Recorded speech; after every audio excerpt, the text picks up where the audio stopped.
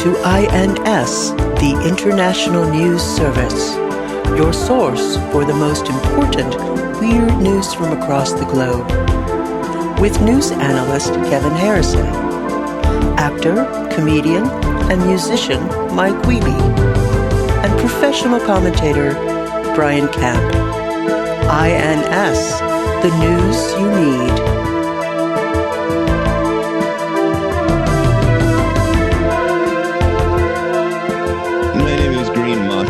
And I am the suave Latin American Incredible Hulk. And clearly not tongue-tied at all. The very handsome mustache. Yeah. Hulk Incredible. A waxed mustache. Maybe a horse blanket thrown over your shoulder. Yes, yeah. Bit of Lothario, but also filled with rage. And a big, thick dick. Like Hulk's dick was pretty thick. They never really explored that. I mean, those shorts are pretty flat on him. I think that's what he's mad about, is he's hung like Bruce Banner, and Bruce Banner is hung like the Hulk. Oh, there has to be some like fan fiction comics that involve the Hulk as Bruce Banner getting angry during sex. Like there has to be like the best idea some 17-year-old's ever gonna have. Yeah, that would be pretty good. Mm-hmm. Or it's like it's a superhero and it's like the Hulk, but he only hulks out when he gets horny. So like sometimes there's like, like an alien flies over the city and starts attacking a building or whatever aliens do, and he just has to go like start jacking off and looking at porn and going like right. It's like one of those, there's a one-off issue where he smells some spoiled milk and mysteriously gets super strong. Yeah. It just explores his rotten food fetish. Wait, do you think, Brian, do you think smelling rotten food turns people on? I think it turns some people on. Some people on. I don't shame people, Kevin. I don't live in a world where everybody's into the same thing. Well, I'm not shaming anyone. I'm shaming you. Everybody else I'm okay with. I don't think I've been shamed. You asked me a question and I answered it honestly. And I think that in the world of nearing or over 8 billion people, there are some people that are sexually aroused by the odor of rotten food. Okay. There's a whole website about foot jobs. Well, I think there's probably more than one website. No, just the one. It's called Foot Jobs. It's called footjobs.com. Wow. Standing, climbing up ladders, climbing up stairs. All foot jobs. Arches, yes. Wow. Okay. And MMA, kickboxing. That's a foot job. Yeah, true. Mm-hmm. Mm-hmm. But also, when a prostitute doesn't speak English, puts her feet together and clasps them in sort of a kind of like two parentheses apart from each other, right next to each other. Good descriptive language. I can see it well. And then sort of like a tool of some sort, like a wine opener where you goes in and out. I don't know, maybe not a wine opener.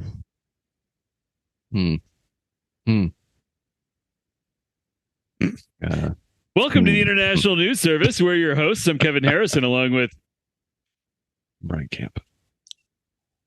He's Brian Camp. I'm Quentin Tarantino. You're not Quentin. People, I'm not going to make that joke. I'm the foot job champion. No, I don't know.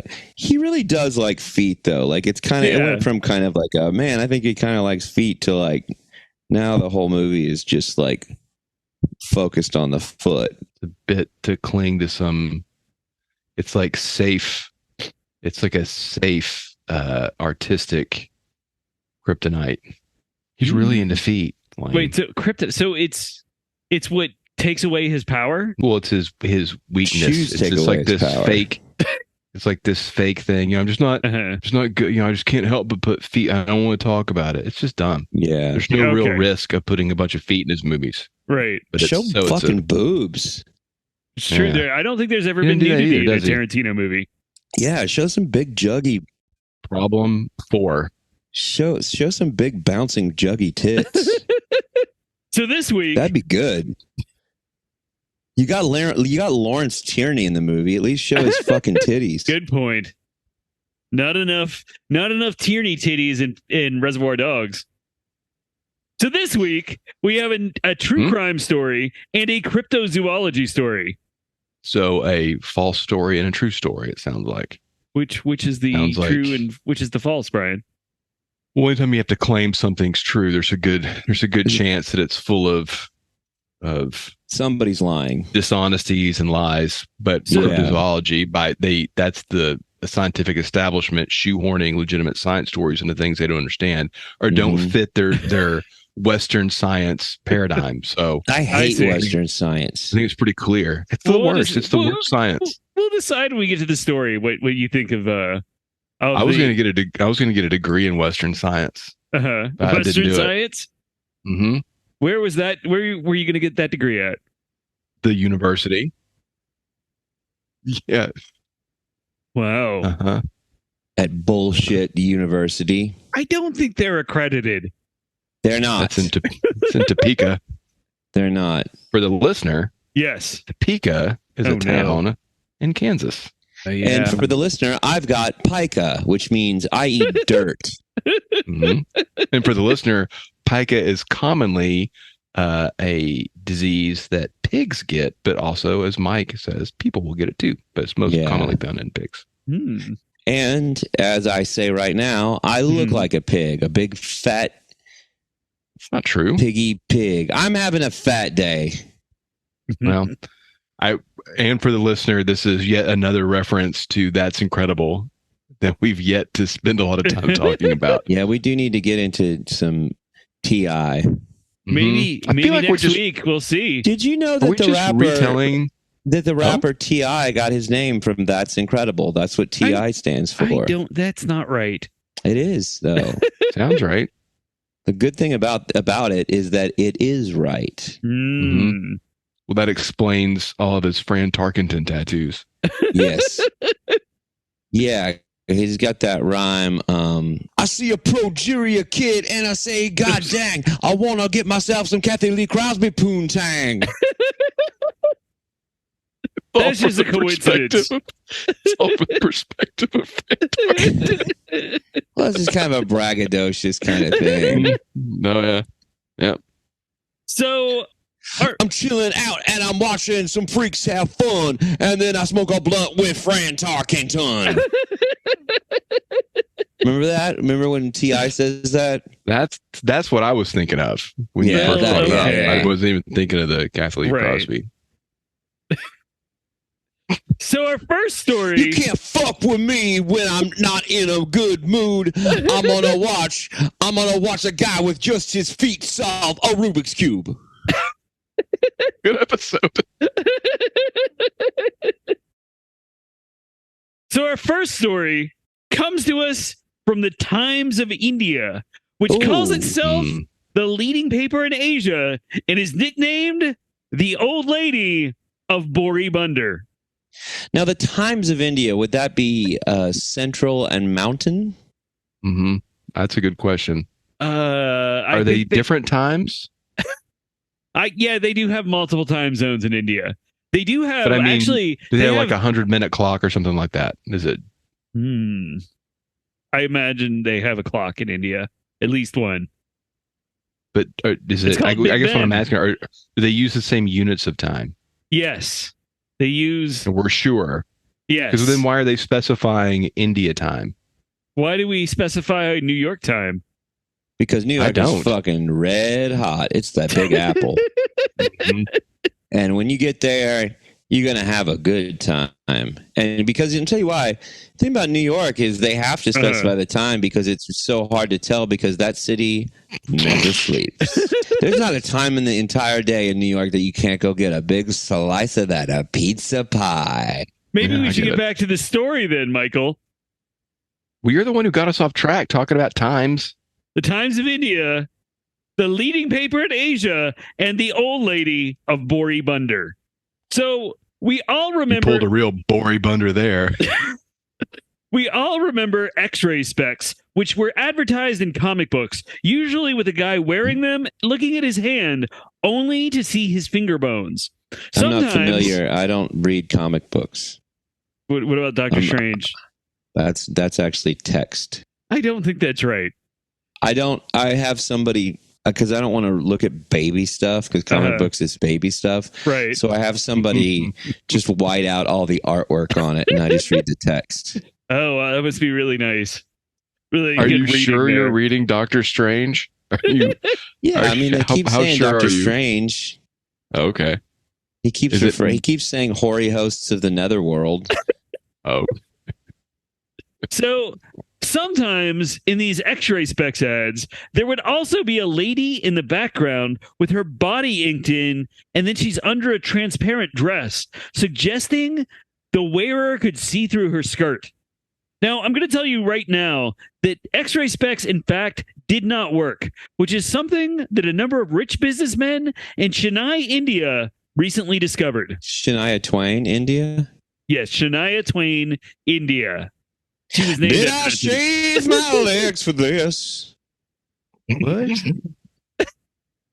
I don't know if she sings that song, but I think that it's a good song title. Did I shave my legs for this?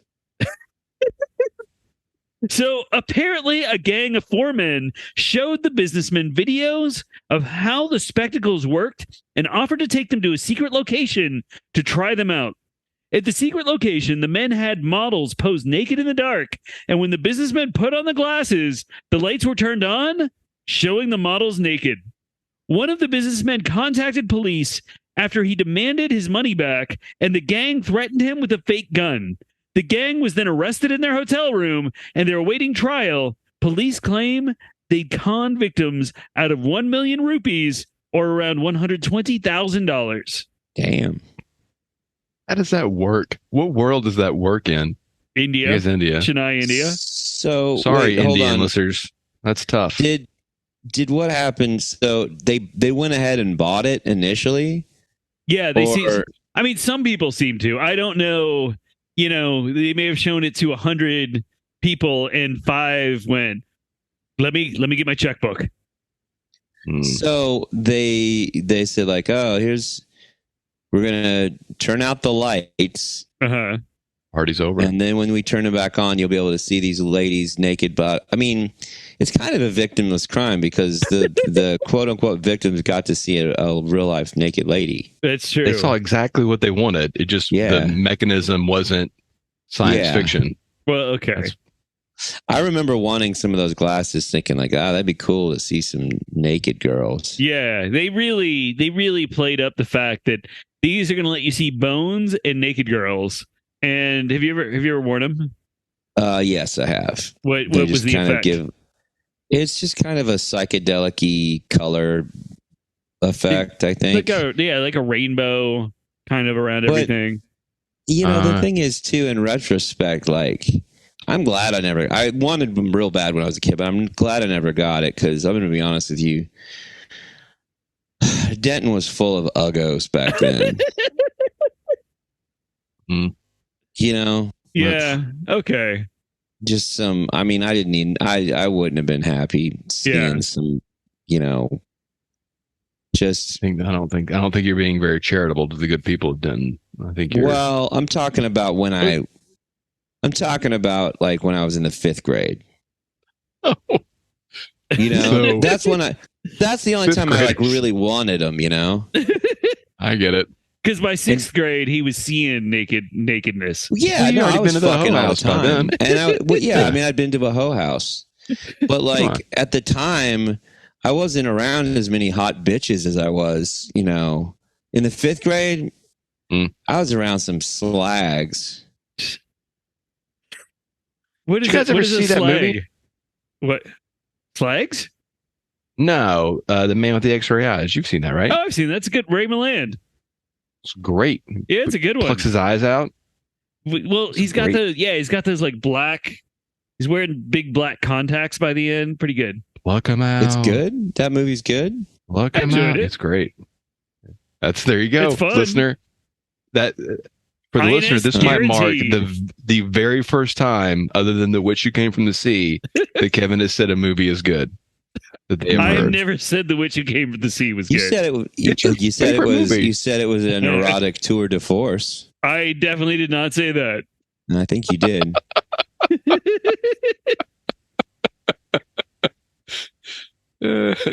So did these guys go? Are they in prison? Are they in India prison? What's going on? They were arrested. They're in prison awaiting trial.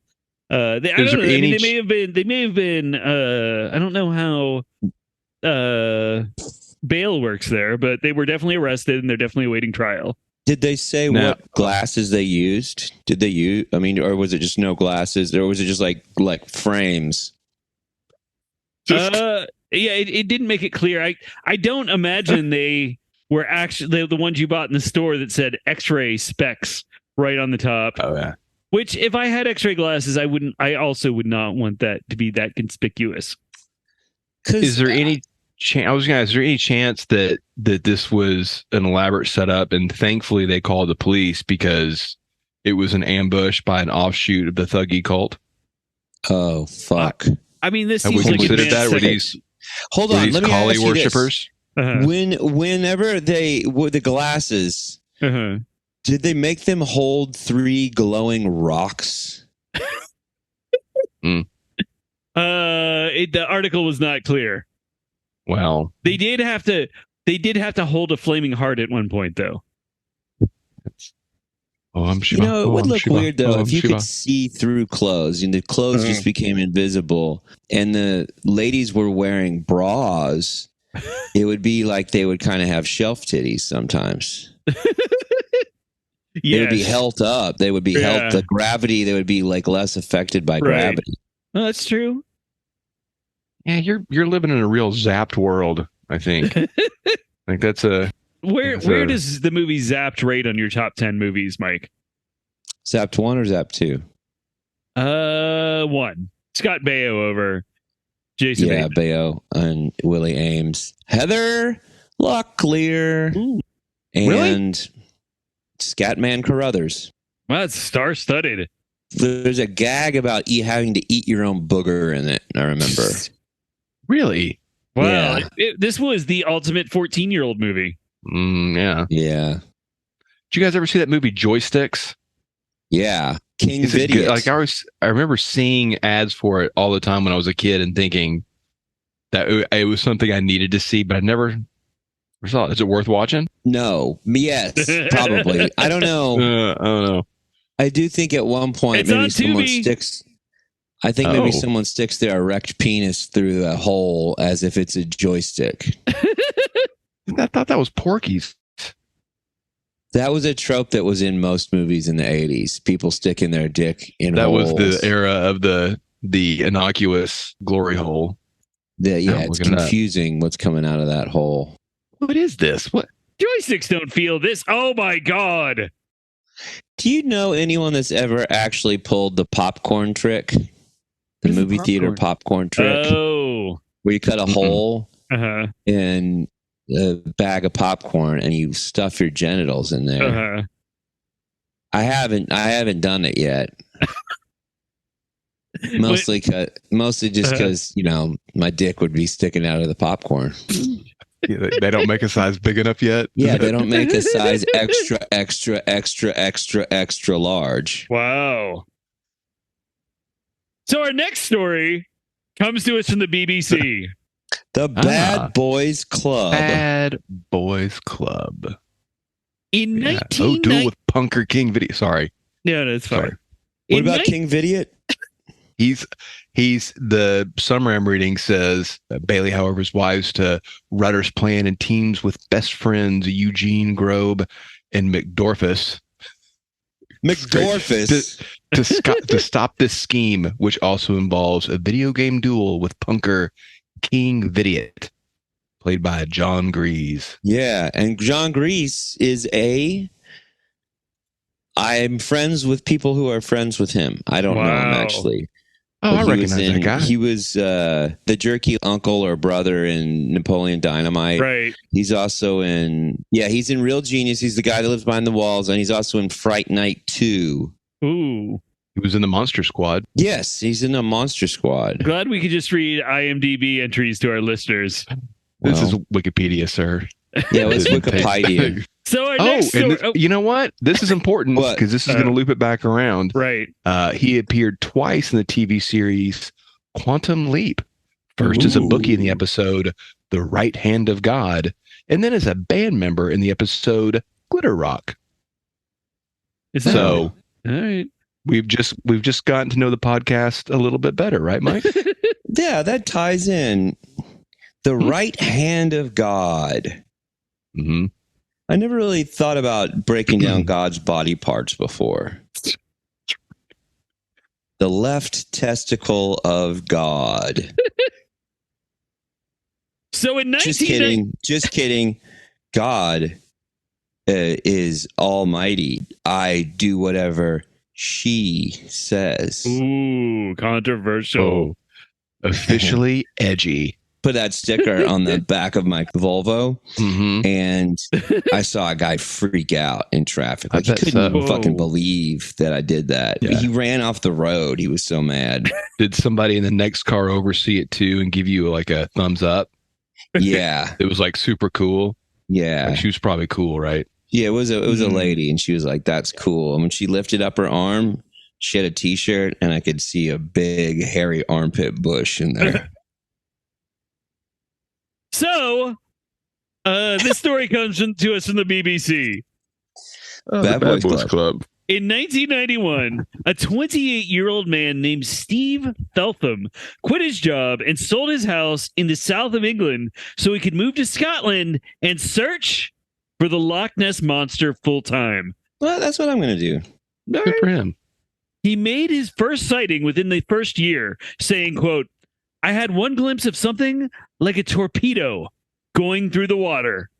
Unfortunately, that was also his last sighting, and he recently told a reporter after 32 years of Nessie hunting that, quote, "I did think the job was going to be easier." He even added, quote, "I speak to hundreds of people who do report something that we can't identify. Unfortunately, he's just not one of them." Nevertheless, Steve Feltham's efforts have not been completely in vain. In 2016, he was named Ambassador of the Year at the Highlands and Islands Tourism Awards, which are so exclusive that they don't actually have a Wikipedia page. And he holds the Guinness Book World Record for the longest continuous vigil for the Loch Ness Monster, despite the fact that he hasn't seen anything since 1992. What? But he did see something. What did he see? He said it was like a torpedo going through the water. Maybe it was a catfish. No catfish. It might have been a crappie. Sure there's some mathematician who's trying to tell everyone it's an eel right now. Well, there was that. Probably. Some it might have been a crappie. I don't think they have crappie in Scotland. Was it April? Well, it might have been running. They run in April. Well, we do a story about. I'm almost positive we did a story about someone who swore that the Loch Ness Monster sightings were just whales who swam inland and then you could see their erections. I know you brought us the story of the quote unquote scientist who tried to use math magic to debunk both Bigfoot and the Loch Ness Monster. Right. Which is nonsense. Fuck that guy. Somebody Foxon. It was like Faux Foxon or something. Yeah. Made up name. Is the point of this story that I'm supposed to feel sad for this guy because he's gone out there and trying to see Nessie and he never has? I get that in this scenario, Nessie is just not that into him. Because let me tell you what, I thought I wanted to see a crypto creature. Mm-hmm. And then when I finally did, it was not what I expected. What do you mean? What happened? What kind of... I don't understand. I went out hunting for Bigfoot, thinking, like this guy, that I wanted to see this Bigfoot, that I wanted to see this crypto creature. And I'm sure he's sitting there somewhere going like, oh, all I've seen is this missile that struck through the water that may have just been a crappie or an alligator gar or a catfish. Could have been a catfish. Or a sea bass. All fish, yes. I don't think it was a sea bass, which is a saltwater fish. Or Greg Louganis. Possible. Possible. I'm not, and I am not going. Listen, before you two start chiming in, we are not going to make fun of Greg Louganis. No one is making fun of on the diving board. He's an American Olympian. He's a hero to us all at INS. And when he would walk, he would point his toe down. You know, when they're walking up to the diving board and they it's like a ballerina step and you point your toe down. Oh yeah, real dancey kind of, right? Very dancey, very Broadway-y. Mm-hmm. Well, style's a big part of diving and platform diving, both springboard and platform. Mm-hmm. And you got to shave your legs. Cuts down wind resistance and less splash. And I'm going to tell you, as a former diver, you don't stop at your legs. Oh, really? Mm-mm. It's like your feet? Well, yeah. But then you go up in the other direction. Oh, it's like your knees and your upper thighs. Keep going. Like your lower buttocks? Not just lower. Excuse me. Well, where I mean, I don't understand what you got to go because you want to get the perfect dive. You got to go in the cheeks. If your testicles aren't perfectly shorn, you're going to get wind resistance. Oh, I see. That's right. Mm-hmm. I'm talking the base. You want a 10.0 or a 9.9? I'm talking about this shaft. Sure, not much grows off the tip, but if you're already having a shave party. Well, it's good for exfoliating, right? Yeah. Even if, I mean, that's some famous people have said that. Yeah. And you put sometimes you want to make sure that there's no secret hairs on the inside. So you just squirt some Nair up into everything. But this guy, he's like, oh, I never got to see a thing. Let me tell you what. I went out looking for Bigfoot thinking that I wanted to touch the unknown. But let me tell you what happened. The unknown touched me. And it's haunted me every day.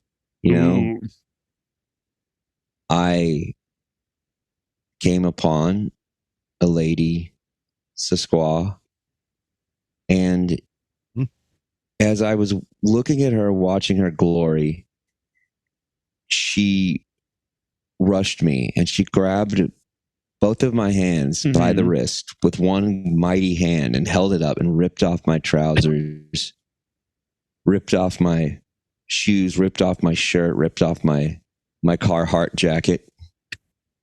Yep. And I was bare to the world. I've seen that jacket. That's your Bigfoot hunting jacket. Bare, cold and naked. And I'm going to be honest with you, a couple pounds overweight. And she held me aloft.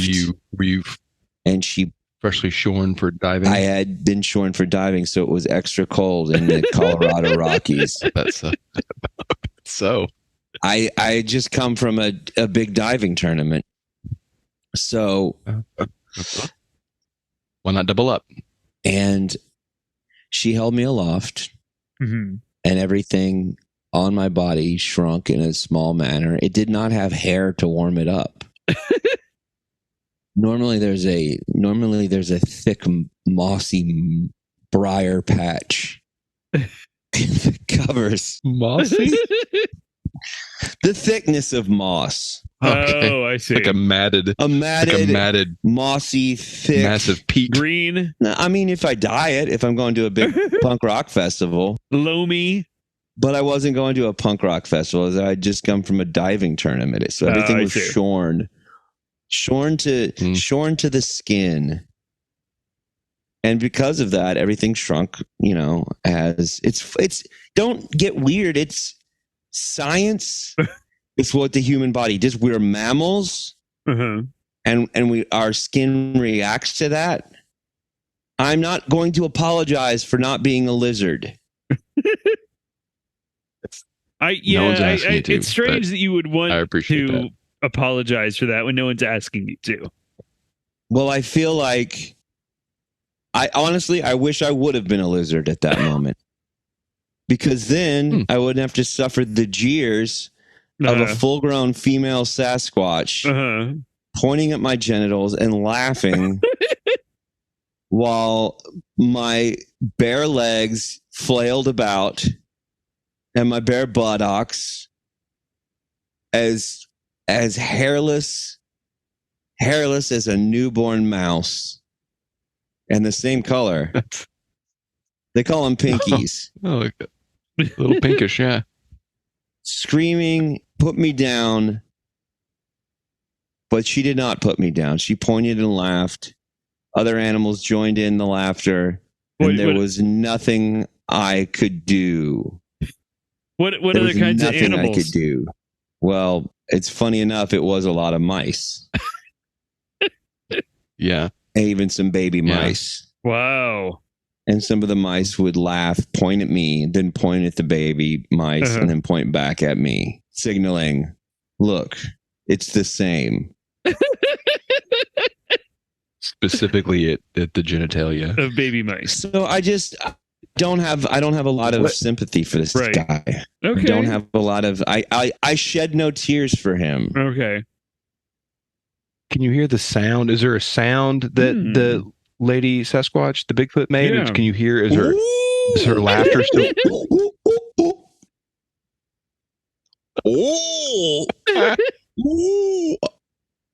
Honestly, I used to be able to do the sound better, but I've ripped my throat apart from crying after that situation. Oh, okay.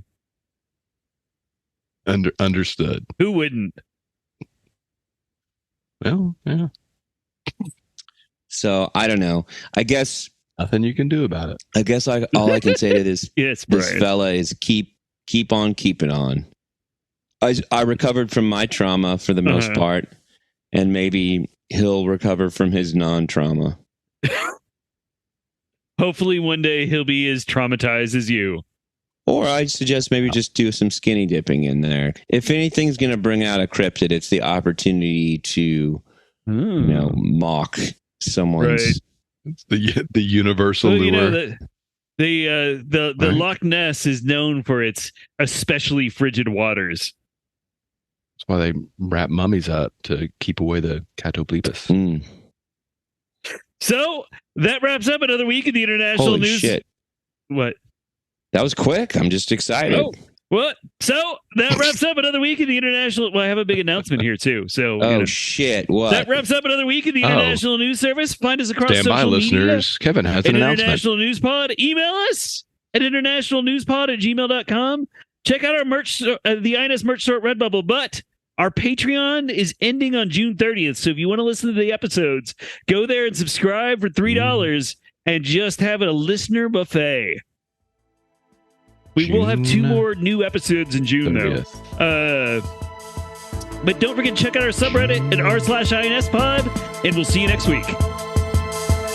Season's beatings. What does that even mean? I don't know. Thank you for listening to the International News Service. Don't forget to rate, review, and subscribe to the podcast. INS, the news you need.